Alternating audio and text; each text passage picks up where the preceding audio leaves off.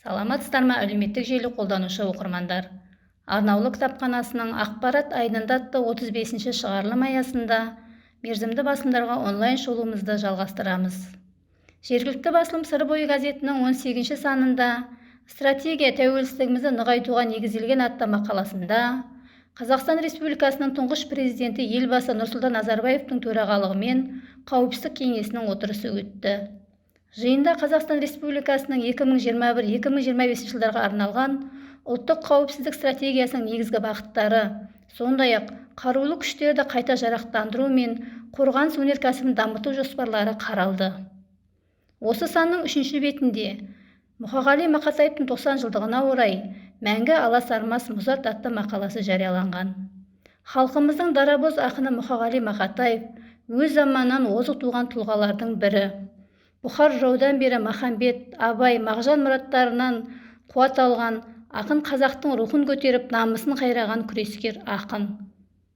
Айқын газетінің 16-ші санында «Ұлттық жоспар ел дамуының негізгі бағдарларын қалыптастырады» атты мақаласы жарияланған. Ақордада мемлекет басшысының төрағалығымен реформалар жөніндегі жоғары кеңестің 3-ші отырысы өтті.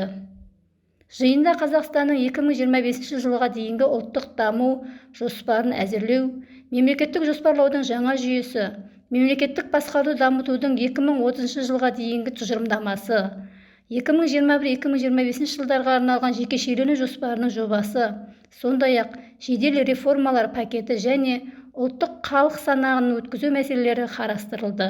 Мәдениет журналында жарияланған мақалаларға шолу жасар болсақ, 2-ші бетінде Абай мен Пушкин үндестік атты мақаласы жарияланған.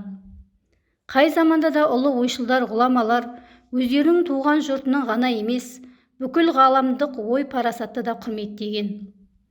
Сондай ғаламдық тұлғалардың қатарында қазақтың ақыны Абайды, орыстың ақынды Пушкинді атауға болады. Бұл ұлы ақындардың есімдері екі ұлттың құдіреттілігін танытқандай. Сондықтан болар Ахмет Байтұрсынұлы Абайды қазақтың бас ақыны десе, Аполлон Григорьев Пушкиннің қаламгерлік құдіреті мен кісілік киесі туралы Пушкин наше все деп жоғары баға берген.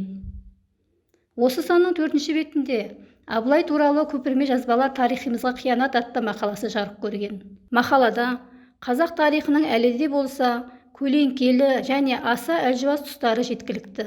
Соның бірі Абылай туралы жазылған өтірік бұрмалау, аралас дүниелер екенін есіне жасырамыз. Өйткені тарихты жуып-шайып болмағанды болды, толмағанды толды деу ұлт ұрпағына қиянат. Ұрпақ не болса да тарихи ақиқатты білуі керек. Осы санның 62-ші бетінде Нартай Бекежановтың мемориалдық өнер мұражайы қорындағы ыдыс аяқтар коллекциясы атты мақаласы жарияланған.